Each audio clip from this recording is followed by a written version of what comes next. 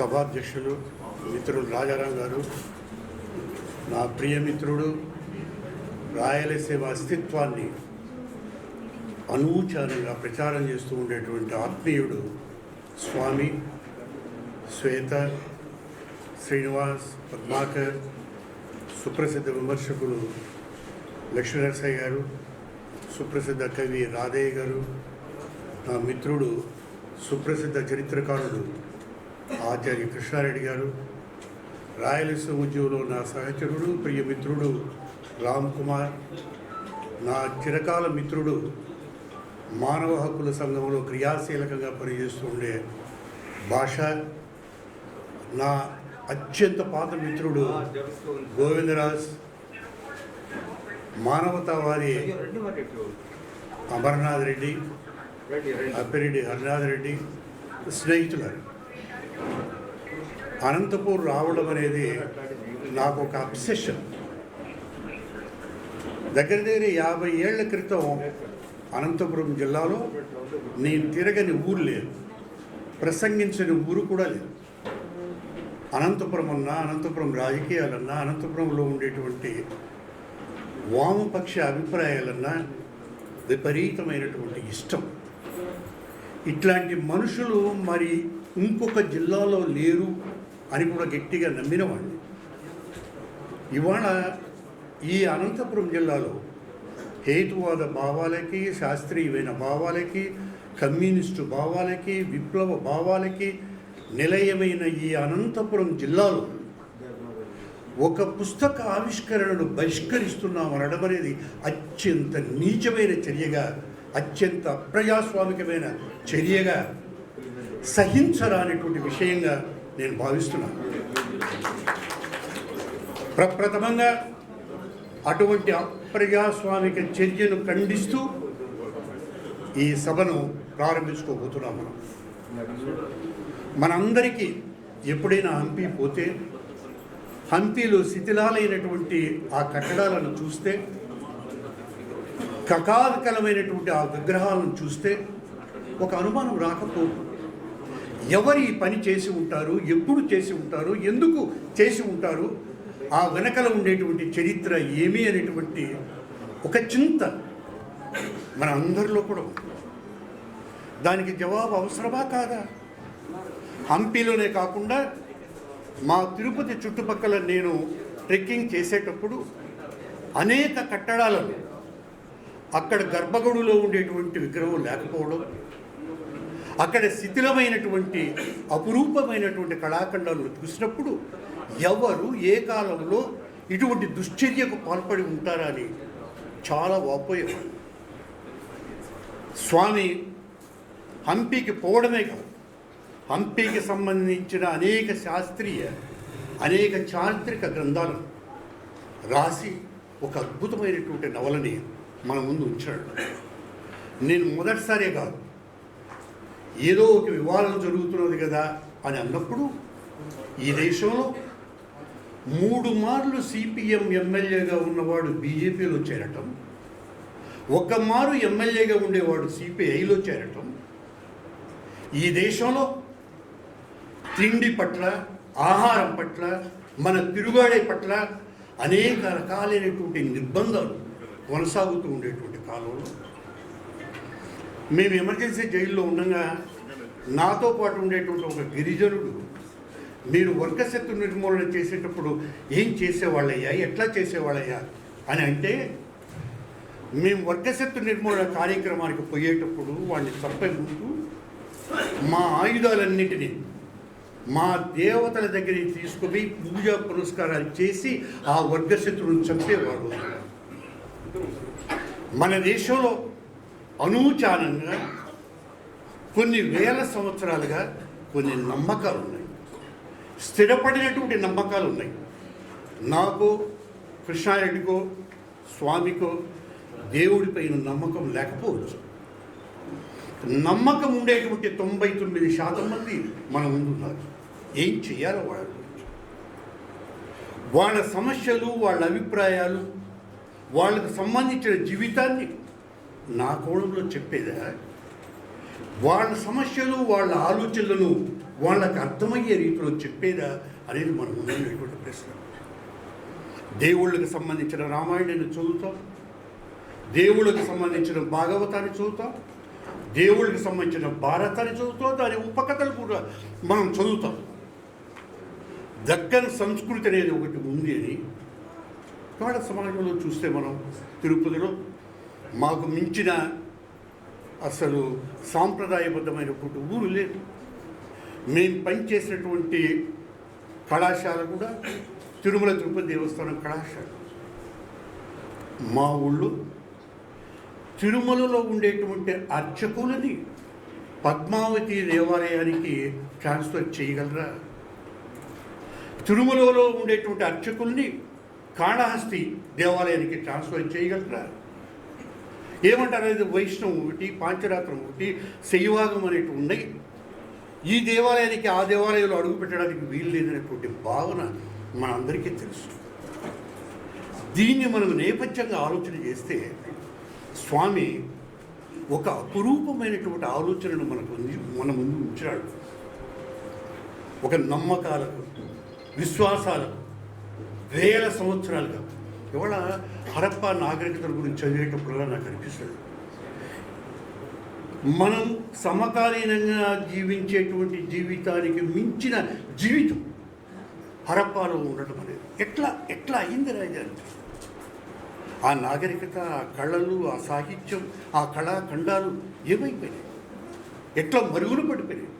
ఆ మరుగున పడిపోవడానికి ఏది కారణమైంది? ఏ విశ్వాసం కారణమైంది? ఏ యుద్ధం కారణమైంది? ఏ ప్రతీకారం కారణమైంది? మన మధ్యన ఉండేటువంటి మనందరి మధ్యన వాళ్ళ క్రిస్టియన్స్ ఉన్నారు. క్రిస్టియన్స్ మా తిరుమల లడ్డు ఇస్తే తాకను కూడా తాకతారు. అట్లని వాళ్ళను మేము శత్రువులుగా ఏం భావించలేదే, మన మనుషులు కాదని మేము అనుకోలేదే. అది వాళ్ళ విశ్వాసం అనుకున్నాం. మనం క్రిస్టియన్స్ ఇచ్చినటువంటి చక్కెర తీసుకున్నాం, వాళ్ళ చర్చిలకు పోయినాం, వాళ్ళ చర్చిల్లో ఉపన్యాసాలు విన్నాం. ఎంత బాగా మాట్లాడుతున్నారే వాళ్ళు, కొన్ని విషయాలు చెబుతున్నారు కదా అని విన్నాం. తిరుపతి లాంటి మీరందరూ అనుకునేటువంటి పుణ్యక్షేత్రంలో 49% మంది క్రిస్టియన్స్. ఇవాళ 49% మంది క్రిస్టియన్స్. ఏం జరుగుతున్నది భారతదేశంలో?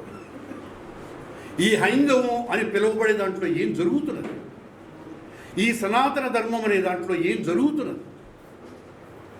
వీటన్నిటినీ ఇవాళ చర్చనీయాంశాలుగా కడపటి యుద్ధంలో ఒక విపరీతమైన, ఒక వైపరీత్యానికి తోడైనటువంటి ఆ హంపి శిథిలాల నుంచి ఒక కథను ఎన్నుకొని ఒక అద్భుతమైనటువంటి నవల స్వామి రాయడం జరిగింది.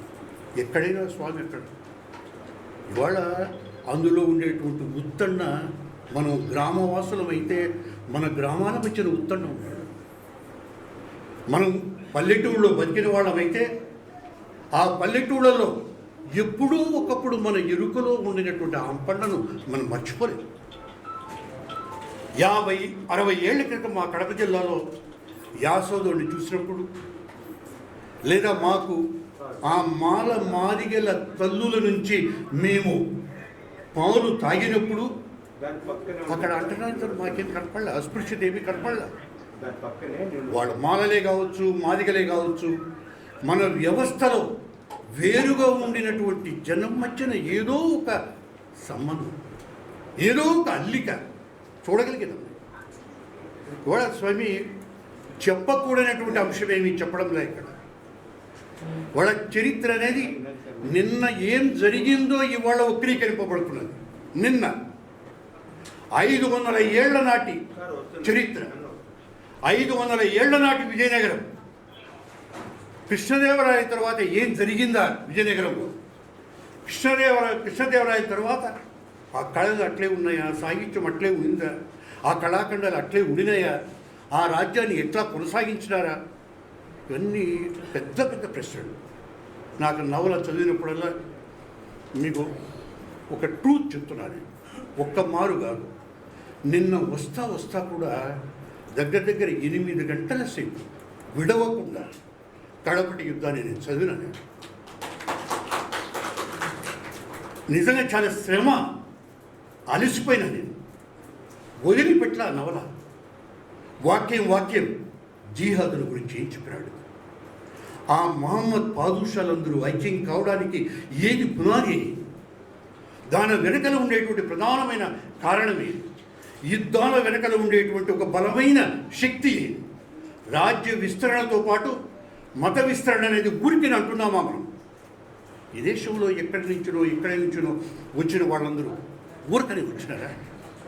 ఆర్థిక సంపత్తి కోసం మాత్రమే వచ్చినారా?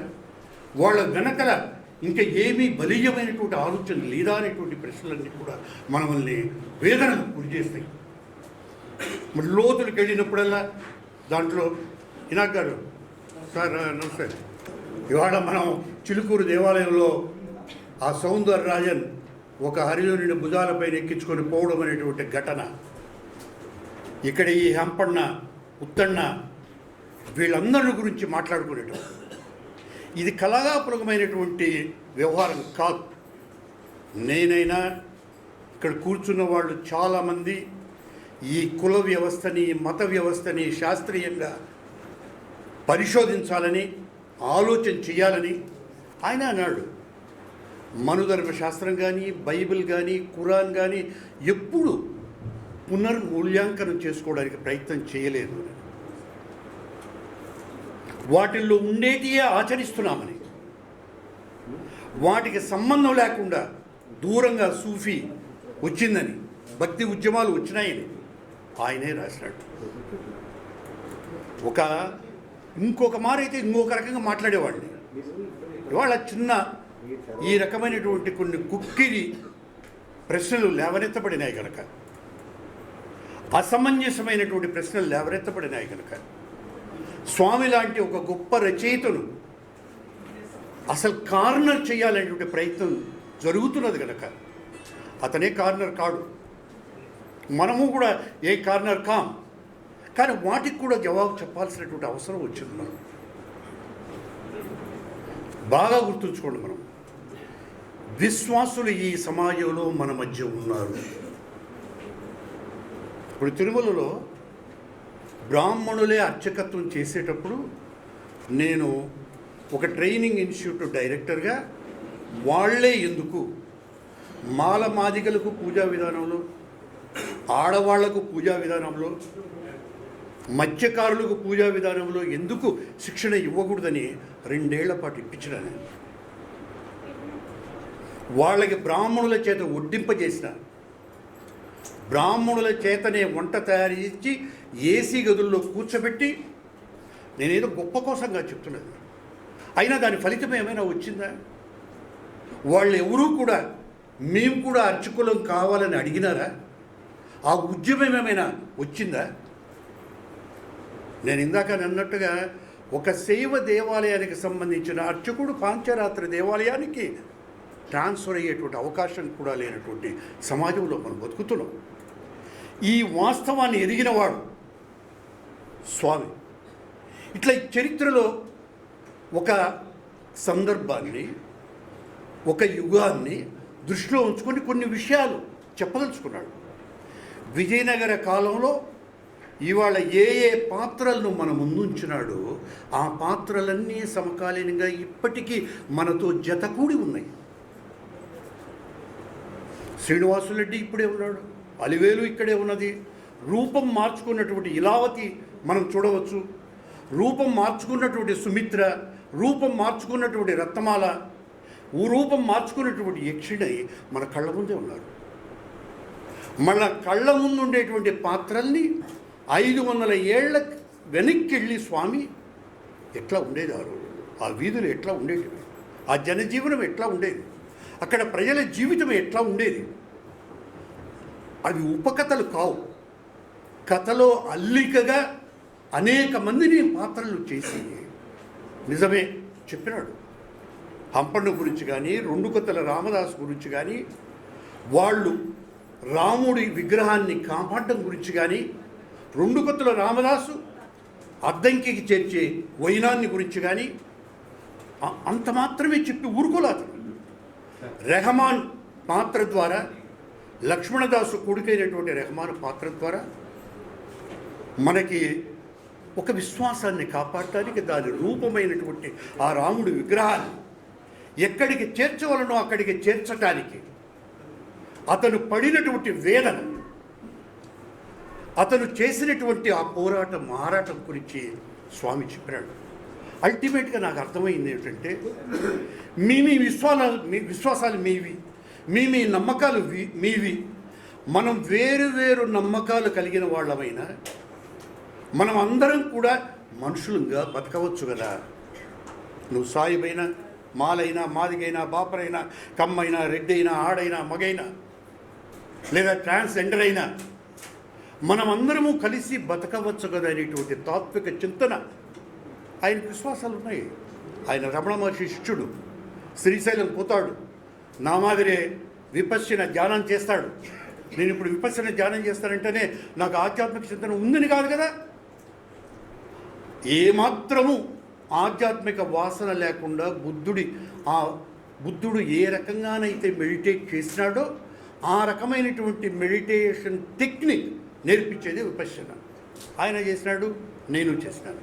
దాన్ని పట్టుకొని మనకేమో అతీతమైనటువంటి భావాలు ఉన్నాయి, అతీతమైన శక్తులు ఉన్నాయి, దీన్ని హైందవీకరించడానికి స్వామి ప్రయత్నం చేస్తాడనేటువంటి అభాండం మనం వెయ్యలేం కదా. అల్టిమేట్గా పుస్తకం అంతా సీరియస్గా చదివితే నేను చాలా మాటలు ఫోన్ చేసి చెప్పినాను, నన్ను నువ్వు భుజానికి ఎక్కించుకొని విజయనగరం దాకా తీసుకుపోయి, పైగా నువ్వు ఎక్కడెక్కడో సందుల్లో గుందుల్లో దాంకొని, ఆ దాంకున్న చోటికి నా చిటికిన వేలు పెట్టుకొని ఆ శ్రీవల్లి ఇంట్లోకి పిలుచుకొని పోయినావయ్యా, నువ్వు అక్కడ సుమిత్ర ఇంటికి పిలుచుకొని పోయినావయ్యా. ఇది మామూలు రచయితకు సాధ్యమయ్యేటువంటిది కాదు. ఒక కవితాత్మకమైనటువంటి దృశ్య కావ్యాన్ని కడపటి యుద్ధం ద్వారా మనకు అందించినాడు. ఆ అందించేటువంటి వైనంలో కొంతమంది ఎందుకు అవి జరిగినాయా అని ప్రశ్నించుకుంటాం మనం. ఎందుకు అవి జరిగినాయా అని మళ్ళా చెప్తున్నా నేను. ఇవాళ హైందవం అనేటువంటి ఒక ఆచారంలో వీళ్ళు ఉన్నారు, వీళ్ళందరూ వేరువేరుగా ఉన్నారు, సమానంగా లేవు.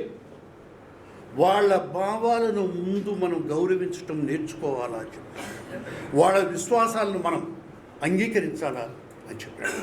ఊరికని ఇవాళ మేమందరం కూడా రెవల్యూషనరీ పోరాటంలో 60-70 ఏళ్ళు దాని గురించి మాట్లాడిన వాళ్ళం.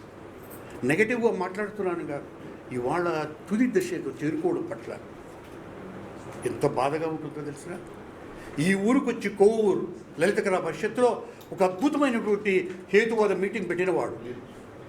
ఈ ఊళ్ళో తరిమెల నాగిరెడ్డి గారితో కలిసి నేను అనేక వివాహాలకు పోయినప్పుడు అప్పటికే మేమంతా చాలా సీరియస్ రెవల్యూషనరీస్, ఒప్పుకునేవాళ్ళం కాదు చాలా వాటిని. అతను అక్షింతలు వేస్తే పెద్ద ప్రశ్న వేస్తాను, పెద్ద రెవల్యూషన్ గురించి మాట్లాడతారు మీరు, ఆ అక్షింతలు ఏంది, ఆ అక్షింతలు మీరు పెళ్లి కుమార్తెకు వేయడమే. ఒక మాట అన్నాడు నాతో, బొమ్మన్ మనకు లేకపోవచ్చునయ్యా, కానీ అది చేసుకునే వాళ్లకు చేసే వాళ్లకు విశ్వాసాలు ఉన్నాయి. మనం వాటిని గౌరవించకపోతే మనం వాళ్ళ దగ్గరికి కూడా చేర్చరయ్యా అన్నాడు. భలే ఆశ్చర్యపోయారు. మేము తిరుగాటేటప్పుడు విప్లవ పోరాటాల్లో మనం మాదిగా ఇళ్లలో ఉండాలా, వాళ్ళు తిన్నటువంటి తిండి తినాలంటే ఎద్దు మాంసం తిన్నాం, పంది మాంసం తిన్నాం, వాళ్ళ అలవాట్లతో ఉన్నాం. వాళ్ళు కొన్ని ఏళ్ళు అయిపోయిన తర్వాత నాకు ఎద్దు మాంసం తినడం అనేది సహించడం లేదు అని అంటే అదేం నేరం కాదు కదా, తప్పు కాదు కదా.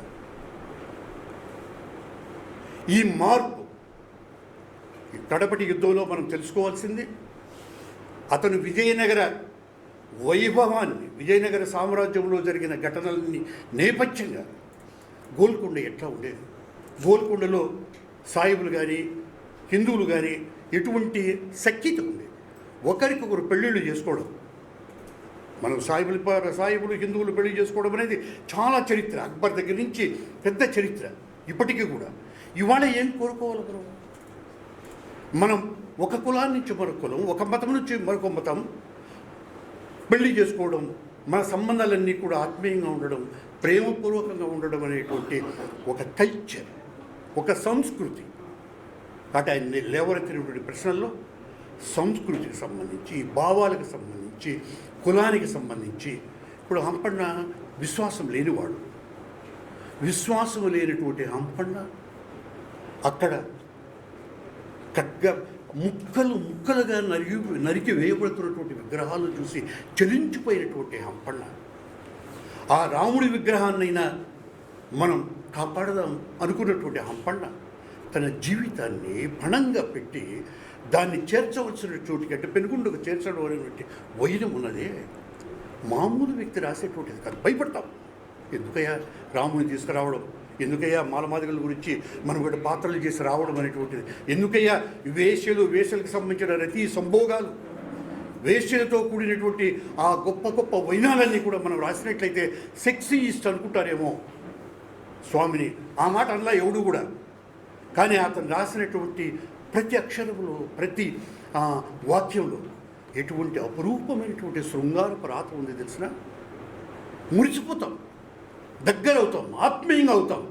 శృంగారం అనేది ఇంత బాగుంటుందా? అసలు శృంగారం అనేది ఇట్లనా ఉండవలసింది? ఇన్ని పెనవేసుకున్నటువంటి మళ్ళీ రైతుల గురించి వదిలినాడా? రైతుల అప్పుల గురించి వదిలినాడా? లేదే. రాయలసీమ అంటే ఒక పట్టు రాయలసీమ పట్ల అచంచలమైనటువంటి ప్రేమ అనురాగం ఉండేటువంటి స్వామి ఈ కడపటి యుద్ధం ద్వారా ఏం చెప్పదలుచుకున్నాడంటే మనమందరం కూడా మీ భావాలు వేరైనా ఇప్పుడే వాటన్నిటినీ మీరు పోగొట్టుకుని నాస్తికులుగానో హేతువాదులుగానో మారడం అనేటువంటి ఉద్దేశం కాదయ్యా. మీరు ఉంచుకోండి, కానీ ఆ ఉంచుకున్న భావాలతో నా భావాలను కూడా గౌరవించండి. ఆ ఉంచుకున్న భావాలతో ఆ సంస్కృతితో మనం కలగలిసి జీవిస్తామనేటువంటి ఒక అద్భుతమైన తాత్విక చింతన అందించిన అపురూపమైనటువంటి నవల కడపటి యుద్ధం. కడపటి యుద్ధం చదవడం ద్వారా నాకైతే హంపి ఇట్లా ఉండేదా, విజయనగరం ఇట్లా ఉండేదా, ఆనగుంది ఇట్లా ఉండేదా, ఇట్లా నీళ్ల పారకట్టడం జరిగేదా, ఆ కొరగళ్ళ నుంచి బండల ద్వారా నీళ్ళన్ని తీసుకొచ్చి ఇట్లా పారగట్టి బ్రహ్మాండమైనటువంటి పంటలు పండించారనేటువంటి జ్ఞానోదయమైనటువంటి విషయాలు చాలా అందులో ఉన్నాయి. ఈ నవల చదివిన వెంటనే నేను హరప్పన గురించి కూడా చదివిన. ఎప్పటిదయ్యా? 5000 ఏళ్ల క్రితం నాటి హరప్ప నాకు మీరందరూ చెప్పాలా, ఇప్పటికన్నా గొప్పగా ఉండేదా? మీరు వేసుకున్నటువంటి దండల కన్నా అపురూపమైనటువంటి దండలు ఆనాటి స్త్రీలు వేసుకున్నారు. మనము చూసేటువంటి ఈ అద్భుతమైన కళాఖండాలకు మించిన కళాఖండాలను తయారు చేసిన వాళ్ళు హరప్పా వాళ్ళు. ఏమైంది ఆ నాగరికత, ఏమైంది ఆ సంస్కృతి, ఏమైంది ఆ జీవనం? ఇవి చరిత్రలో మనం చెప్పాల్సినటువంటి కోణాలు. చరిత్రను మనం నేరుగా పోయి చూడలేకపోవచ్చు. చరిత్రను చదువుకున్న వాళ్ళు ఇప్పుడు డిఎన్ఏ ద్వారా వాడు ఎవడు అసలు ఈజిప్ట్ నుంచి వచ్చినాడా, ఇరాన్ నుంచి వచ్చినాడా, లేదా మరొక ఆఫ్రికా నుంచి వచ్చినాడని చెప్పగలుగుతున్నాం. కానీ చిన్న చిన్న ఆధారాలతో అల్లిక చేయటం అనేది సామాన్యమైన విషయం కాదు. స్వామి చేసిన విషయం ఏమి? విజయనగర కాలంలో ఈనాటి సమాజాన్ని దృష్టిలో ఉంచుకొని ఇప్పుడు ఉండేటువంటి ఈ సమాజం అనేది ఎంత నికృష్టంగా తయారవుతున్నదో, కమ్యూనిస్టులుగా పిలువబడిన వాళ్ళు కూడా బీజేపీ సరసన ఎందుకు చేరుతున్నారో ఊరికే ఉండిపోవచ్చు కదా, ఊరికే ఉండవచ్చు కదా. ఇంకా వద్దయ్యా ఇంతటితో నేను సాధించుకుంటాను అనొచ్చు కదా. ఆ గొడవలోకి పోవడం ఎందుకు అనేటువంటి ప్రశ్న మమ్మల్ని వేధిస్తూ ఉంటుంది. ఇవన్నింటినీ దృష్టిలో ఉంచుకొని ఇట్లా కాదయ్యా ఉండవలసింది సమాజం, ఇట్లా ఉంటే బాగుంటుంది. ఇప్పుడు ఆ పాదుషాలు 5 మంది వాళ్ళు ఏకమైనప్పుడు నిజంగానే ఇది పెద్ద ప్రశ్న ఏమో తెలిసినా, ఒక యుద్ధానికి మతకోణం అనేది ఉంటుందా ఉండదా? ఇప్పుడు మన వర్దెల్లి వెంకటేశ్వరరావు ఒక అపురూపమైనటువంటి నవల కారుమల్లని రాశాడు. దానికి ఆ పల్నాటి యుద్ధం లింక్ ఉన్నది. పల్నాటి యుద్ధం అంటే మనకు బ్రహ్మనాయుడు లేదా ఆ దాసు గుర్తొస్తాడు, సహపతి భోజనం గుర్తొస్తుంది. కోడి పందాలు, ఎక్కడి కోళ్ళవి, ఆ కోళ్ళు అక్కడి నుంచి వస్తాయా? ఆ కోళ్లను రాబట్టి నాగమ్మ సరసన చేరి బ్రహ్మనాయుడి పైన ప్రతీకారం తీర్చుకునేటువంటి కోణం ఉన్నదే. ఇది చరిత్ర కాదంటే ఎట్లా? 25 ఏళ్ళు తిరిగినాడు అతను. 25 ఏళ్ళు తిరిగి ఆ చెంచులు ఏమన్నారో చెంచుల భాష నేర్చుకొని ఆ చెంచుల భాష ద్వారా ఒక కోణాన్ని బయటపెట్టినాడు. ఇవాళ విజయనగర సామ్రాజ్యపు వారసుడు ఇంకా ఉన్నాడు, చక్కటి తెలుగు మాట్లాడతాడు. మనం కూడా పోయి మాట్లాడవచ్చు. మీ పూర్వీకులు ఎవరు, ఆడవాళ్ళు ఎట్లా ఉండేవాళ్ళు? నాకు ఎప్పుడు తెలిసి ఇప్పుడు రోమ్కు పోయినామనుకో, కొల్లోసియంకు పోయినప్పుడు అసలు వాళ్ళు మలమూత్ర విసర్జనలు ఎట్లా చేసేవాళ్ళు, రాజులు రాణులు పక్కనే కూర్చునేవాళ్ళ. ఇవాళ వెస్ట్రన్ టాయిలెట్స్ల మాదిరి లేవు కదా. ఎవరు వాడికి నీళ్లు అందించేవాళ్ళు. 60 ఏళ్ల క్రితం మనం అందరం కూడా చూస్తాం బహిర్గతంగా మల విసర్జన చేయటం అనేది. ఏ పరిణామం అంతా కూడా జరిగి ఇవాళ ఎట్లా ఉన్నాం, ఈ నాగరికత ఎట్లా అభివృద్ధి అయ్యింది. ప్రతి క్యారెక్టర్ దీంట్లో కడపటి యుద్ధంలో ప్రతి పాత్ర అతను ఏమన్నాడు, అక్కడ ఉండేటువంటి పునాదికి ఆధారంగా కొన్ని కల్పిత పాత్రలు ఏర్పాటు చేసినాను అన్నాడు. కానీ మనకేమనిపిస్తుంది, నా ముందు కనిపిస్తున్నాడు అప్పన్న, నా ముందు కనిపిస్తున్నాడే ఉత్తన్న, నా ముందు కనిపిస్తున్నది ఆమె సుమిత్ర, ఇంకొక రూపంలో కనిపిస్తున్నదే అని అనుకున్నాను. నా ముందు కనిపించేటువంటి ఆ క్రిస్టియన్స్ నిజంగానే అనుకోమయ్యా మనం ఈ దేశంలో. ప్రశ్నిస్తా కూడా నేను ఒక్కొక్క క్రిస్టియన్స్ రైతాను కదా, ఏం చేసిందయ్యా లడ్డు అనేది ఒక తినే పదార్థం కదా, తింటే ఏం పోతుందయ్యా, దాన్ని ఎందుకు పారేస్తావు? అది పెద్ద ఇష్యూ కాదా? నువ్వు బిర్యానీ పెడితే నేను తింటా ఉన్నాను, నా పాయసం నువ్వు తిను. నేను లడ్డు ఇస్తే క్రిస్టియన్గా తీసుకోవాలి, నువ్వేం దండం పెట్టుకోవద్దు, కళ్ళకద్దుకోవద్దు, ఒక తిండి పదార్థంగా తినద్దు, దాన్ని ప్రసాదం అనుకోవద్దు. ఆయన చెప్పేదల్లా అదే. మీ తిండి వ్యవహారాల్లో, మీ కట్టుబాటు వ్యవహారాల్లో, మీ సాంస్కృతిక వ్యవహారాల్లో నీ భావాలు వేరే ఎన్నైనా కావచ్చు కాక, మనిషిగా ఒకరి భావాలను ఒకరిని గౌరవిస్తూ మనం ప్రయాణం చేసినప్పుడు జీవితం గొప్ప ఔన్నత్యంతో కూడుకున్నట్టు. మాకందరికీ విజయనగరం అంటే పిచ్చి, హంపి అంటే విపరీతమైన అబ్సెషన్. తేజో తుంగభద్ర చదివినా, మన మారుతి హంపి ప్రణయం గురించి చదివినా, లేదా శ్రీనివాసరెడ్డి రాసినటువంటి విజయనగర గురించి రాసిన న్యూనెస్ గురించి చదివినా ఎన్ని ఉంటాయి ఈ విషయాల్లో. కొరత ఇంకా ఒక ఆకలి, ఒక ఆర్తి సరిపోదన్నమాట. ఇంత మటుకే కాదనిపిస్తుంది నాకు, ఇంకా చెప్పాలనిపిస్తుంది. ఎందుకంటే హంపి లాంటి ఒక విజయనగర సామ్రాజ్యం అనేది మరొక చోట మనం చూడలేము. ఎంత వెతికినా చరిత్రలో ఆ హరప్ప తప్పిస్తే మరొకటి దొరకదు. ఎట్లా మనకు అనిపించదని, ఎట్లా ఉండినారు అక్కడ స్త్రీలు, ఎట్లా ఉండినారు బీదా బిక్కి, ఎట్లా ఉన్నాయి అన్ని కులాల వాళ్ళు, ఎట్లా ఈ విగ్రహాలన్నింటినీ కూడా ఆ సర్వనాశనం చేసింది ఒక శక్తి, ఒక మతశక్తి అనేటువంటి వేదన వాళ్ళు చేసినంత మాత్రాన ఒక బాగా గుర్తుంచుకోండి, మనం చేసిన పనిని అంగీకరించడం అనేది గొప్ప విషయం కదా.